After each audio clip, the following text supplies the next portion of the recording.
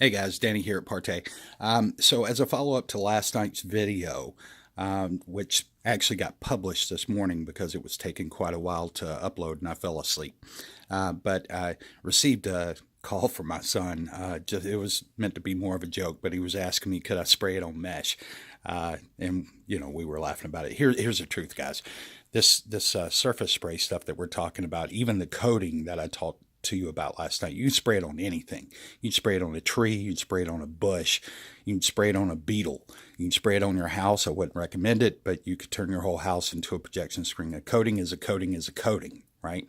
So we'll do a display with this is a standard piece of packing mesh, so it's pretty wide as far as the holes in between. So we'll do it on a piece of that. I'll use some micro mesh, but I also wanted to show you examples of what I was talking about when I said that you can run into situations according to what you spray it on or roll it on, that you can run into cracks and things like that, so you need to be careful. This is a rolled on. You see the little divot that's out right there. This is a polished piece of clear PVC.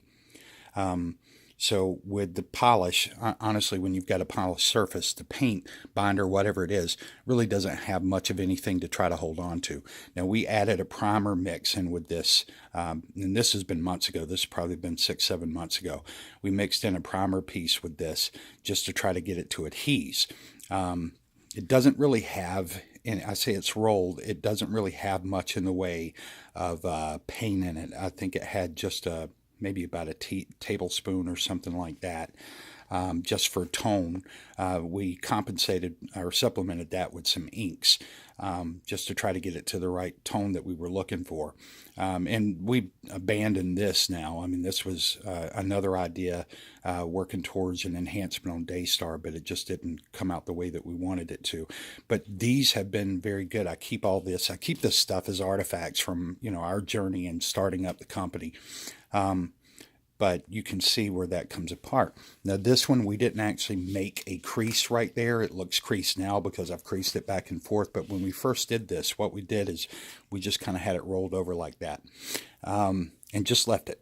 And over time, the weight of it itself just started kind of pushing it down. It didn't never really creased. It just kind of got a tight roll like that on the end. And you can see through there how it cracked all along that. It doesn't look very well sprayed, but here's another thing that was intentional too. If you throw a thicker coat on,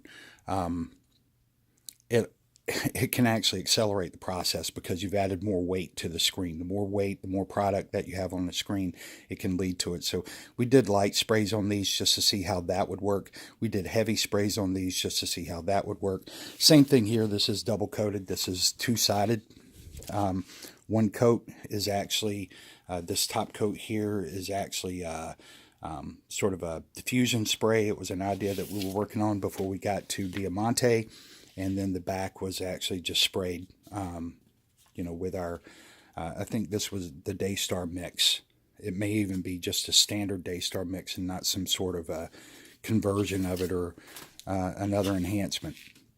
But at the end of the day, you can definitely run into problems if you don't use the right promoters whenever you're spraying this stuff. So, I know we warned people out there about this stuff time and time again. And I say that because I know a lot of times you get new subscribers that are coming on board and they're not hearing it. So it's the only reason I keep kicking the dead horse, and we're gonna stop that soon, because quite frankly, there's only so much information you can put out there to where it does become overkill. But all of this is trying to let you know that on the journey that we've been on, we've tried so many different combinations, concentrations, different approaches, and you learn very easily through mistakes, that you just can't spray this stuff on anything without using some additives or some supplements that will avoid you being very unhappy later on. At the end of the day, what all this stuff is like this is novelty, guys. I mean, if you're looking for something that's more of a commercial type solution for front facing, customer facing windows, things like that, we've moved beyond all this. That's the reason we do have some spray coatings that we're looking at for commercial purposes, but they have a very distinct purpose. And we'll get into that soon. We're still doing some testing right now with actually the mounts that we're trying to work out. But that being aside, right now, you can actually go out to 3M. You can buy a variety of different front rear projection films for less than you would pay, say, much less than $300 for a quart of whatever the solution, is, which, bottom line, once again, we're talking poly and mica or some sort of metal flake, but probably mica, mixed in with just a little bit of black paint, just to give it enough tone so that if you spray enough on there, you get a darker color.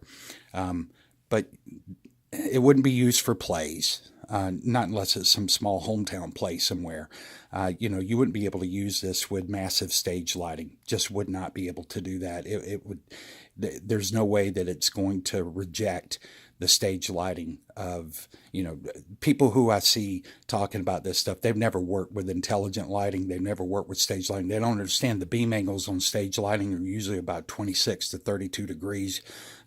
So that means that they're a very tight beam angle and it'll wash out anything that it hits. So you would never be able to use something like this. They use specialized optic rear front projection screens. Those are optical screens. Those are screens that are made specifically for that purpose, right? This would be more novelty, guys. This is just novelty stuff, and it's not thinking outside the box. It's actually thinking, 5-10 years ago or more. There's just too many things that you can buy cheaper than $300 worth of paint. I'm talking about a full piece of film that you can adhere to your window very easily just with a little piece of plastic. It's self-adhesive, and you can pull it off if you're tired of it or just want to take a break from it. You could just pull it off and you roll it up, store it, bring it back out whenever you want to use it again. You'd get to use it over and over and over. Why would you pay $300 for something you're going to have to scrape off your window or scrape off of something? I mean, you could spray something, that you just kind of stick to the window, but why bother whenever you can buy a piece of film for cheaper and it's going to do a better job? So, just more information for you. You guys take care. Have a great weekend, and we'll be talking to you soon. Bye.